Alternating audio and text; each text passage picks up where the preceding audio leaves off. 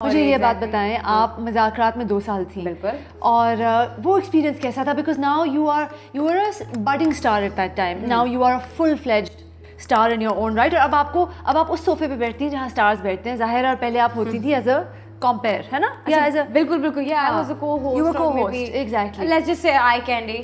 I'm gonna be honest here. Yeah. क्योंकि वहाँ पे मैं और कुछ कर नहीं रही थी. I was just sitting there. ठीक है, there's an also this there's a very personal experience that I'm about to share.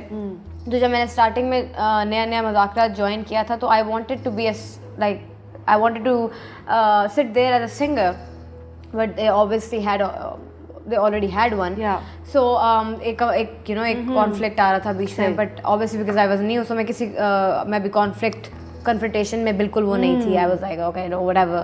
Yeah. So जब लोग आके परफॉर्म करते थे and all that, तो मैं वही बात करूँ, मैं बड़ी सेंसिटिव बंदी हूँ, मैं बहुत सेंसिटिव बंदी हूँ. तब भी लोग जब आके परफॉर्म करके जाते थे, they used to perform amazing, and then वो गा रहे होते थे, उनके अपने ओरिजिनल होते थे, तो मेरा तब तक कुछ भी नहीं हुआ था. So मैं फिर बीच में ब्रेक लेती थी कि सर मैं 2 मिनट वॉशरूम से होके आती हूँ, और मैं फिर रोती थी. I'm not gonna no, but like this is true. और मैं अब हंस के इसलिए बात करी क्योंकि मुझे वो सारी अब एक जर्नी, खूबसूरत एक जर्नी लगती है कि मेरे साथ ऐसा नहीं हुआ कि मैं बाथरूम में क्यों रोती थी जब आप मज़ाकरात में? क्योंकि मैं कहती थी यार this is something that I want to do. You know what I mean? I mean I want to be my main goal was always to establish myself as a singer. Yeah. और मैं अपने अब्बा से इजाज़त लेके आई थी अपने passion को परस्यू करने के लिए, which was singing, which is still singing, which will always be singing. Yeah. So my first priority will always be singing. तो जो मैं करने गई थी वो तो मैं कर नहीं रही थी, लेकिन मैं क्रेडिट दूंगी दुनिया ने उसका नाम ले रही हूँ क्योंकि मेरा I'm not gonna lie, they treated me like a baby. That's so good. Yeah. उन्होंने मुझे ना बच्चों की तरह ट्रीट किया, क्योंकि मैं शो से पहले फिर होना ही शुरू हो गया था कि 2 साल जब मेरे कंप्लीट होना शुरू हो गए थे, तो मैं बहुत वो हो गई थी कि अच्छा यार और फिर जाना है, ये करना है, वो करना है. सो मैं फिर लेट जाना शुरू हो गई थी. अच्छा, तो शो स्टार बन गई थी थोड़ी? नहीं ओके, नहीं I'm not gonna say मैं स्टार बनी थी. अब मैं लेजी हो गई थी ज़रा ज़्यादा. तो ये था कि मैं चलो घंटा लेट आ गई हूँ या ये कुछ हो गया. तो उन्होंने मुझे हमेशा they used to give me मतलब एक ब्लडी स्टेयर देते थे मुझे, लेकिन ये था कि they never said anything to me. वो एक फैमिली बन गई थी, मज़ाकरात पे रहना. आप एसेट भी तो थी ना एमा, they could see that आप एक एसेट हैं. I think they could see that at that time. I couldn't see that. उस टाइम पे मैंने नहीं देखी थी ये चीज़ अपने में, but then they did. और उन्होंने फिर मुझे मौका भी दिया. So I'm gonna give credit to मज़ाकरात as well कि उन्होंने मुझे काफ़ी लोगों से मुझे मिलने का मौका मिला, जिनको I used to look up to. आपसे मिलने का मौका मिला. There were so many other people. आपसे तो मैं बड़ी excited हो गई थी, remember? Like you in your green room and I was like, oh, I just want to meet her. जो लोग इंडस्ट्री में आना चाहते हैं, जो इतनी मेल डोमिनेटेड मुश्किल इंडस्ट्री है, तो आप क्या एडवाइस देंगी यंग लोगों को जब वो इंडस्ट्री में आ रहे हैं? आप उनको क्या कहेंगे? अच्छा, मेरी एडवाइस, वैसे तो मैं खुद अभी बच्ची हूँ, बट लेकिन मैंने अपने जितना भी थोड़ा बहुत मेरे पास जो भी एक्सपीरियंस इकट्ठा हुआ है, मैं थोड़ा सा शेयर ज़रूर करना चाहूँगी. वो ये किसी की मर्ज़ी है, कोई इस पर फॉलो करे या ना करे, that's up to them. They want to follow their own, they want to go through their own process. उनकी अपनी जर्नी है. मैंने सिर्फ ये देखा है कि जितना हम्बल होते हो ना आप, उतना ऊपर जाते हो. मेरा मतलब जितना हम्बल होते जाते हो उतना ऊपर जाते हो. जितना आप अपना पहला प्रोजेक्ट करने के बाद आप में एक डीवा, क्या कहते हैं, divaness, there is no word, there is no word as divaness in a dictionary, but हमने बनाया है. डीवानेस आ जाती है ना वो एक, तो वो आपका डाउनफॉल वहीं से स्टार्ट होता है. अच्छा, मेरी अम्मा ने बाय द वे मुझे बचपन में एडवाइस दी थी. बचपन में नहीं कहूँगी मैं, जब मैं इस फील्ड में आना शुरू हुई तो मेरी अम्मा ने कहा कि बेटा तमीज़ से रहना, औकात में रहना, क्योंकि तुम्हें नहीं पता कि उस रूम में जहाँ पे तुम बैठी हुई हो, तुमसे कहीं ज़्यादा बेटर लुकिंग, तुमसे कहीं ज़्यादा टैलेंटेड और तुमसे कहीं ज़्यादा तमीज़दार इंसान बैठा होगा जो ऊपर जाएगा. So why don't you be that person?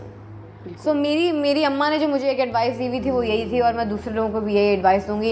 And I would say try not to just gel in with everyone. I'm a singer. Yes. So I, honestly speaking, I really don't care what people think about me. What they think about my image. Okay. Because I have this certain image. जो कि मैं हूँ. You know what I mean? When it comes to actresses, they have to keep up with this perfect image. तो आयमा, आपके आने वाला जो music है, are you nervous? Are you excited? How are you feeling? Actually, I'm nervous. I'm more nervous. मैं ज़्यादा nervous होती नहीं जब कोई गाना आने वाला हो या मैंने अभी रिसेंटली किया हो, तो मैं उस गाने के बारे में कोई इतनी नर्वस हूँ. But this song, because again, yet again, it's my baby. Yeah. So I am nervous, and it also depicts who I really am and the kind of music that I want to pursue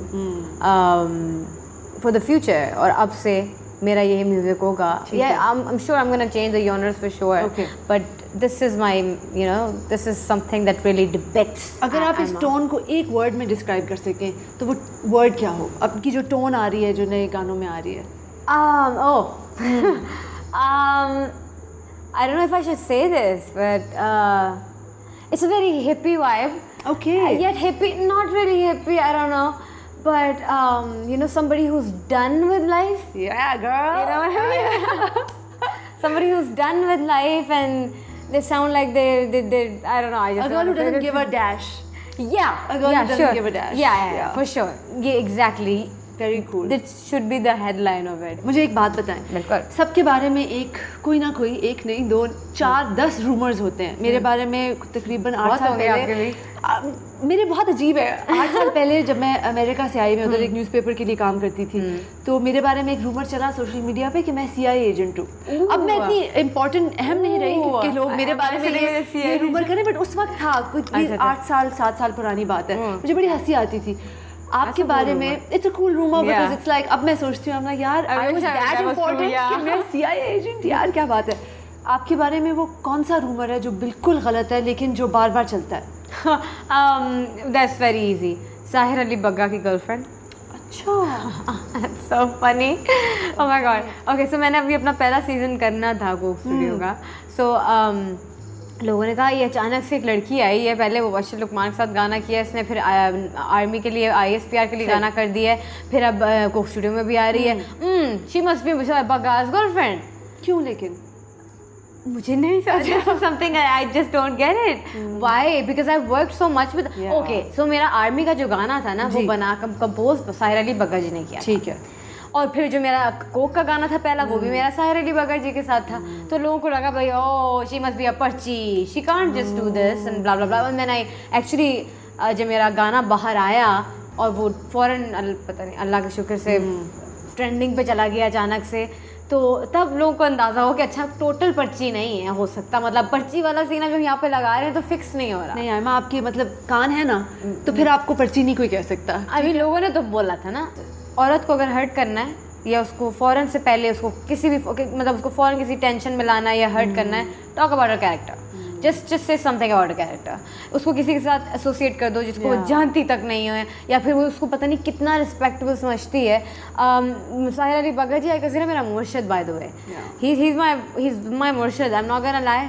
और जब ये rumour आया था तो मैं तो शर्मिंदा, मतलब आपस में तो फ्रेंड्स हम हंस रहे थे लेकिन उनके सामने तो एक शर्मिंदगी हुई ना, क्योंकि हमारी रिस्पेक्ट का लेवल इतना ज़्यादा है कि ये बात हम सोच भी नहीं सकते आपस में. So this is the funniest room. I think funniest room ever. So we've put that rumor to rest. Yes, finally. Well, you put that rumor to rest many times, but people don't believe that. But it's okay. हमारी तनकीद होती है, सबकी होती है, आदमियों की भी होती है, औरतों की भी होती है, लेकिन ख़ास नज़र हमारे पे रखी जाती है क्योंकि लोगों को लगता है कि उनकी जो गैरत है वो हमारे अंदर है. सब माशरे की गैरत सिर्फ औरत में ही होती है. ठीक है.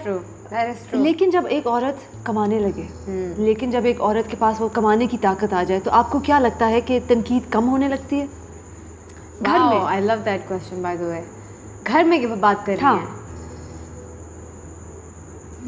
Actually you know what, that's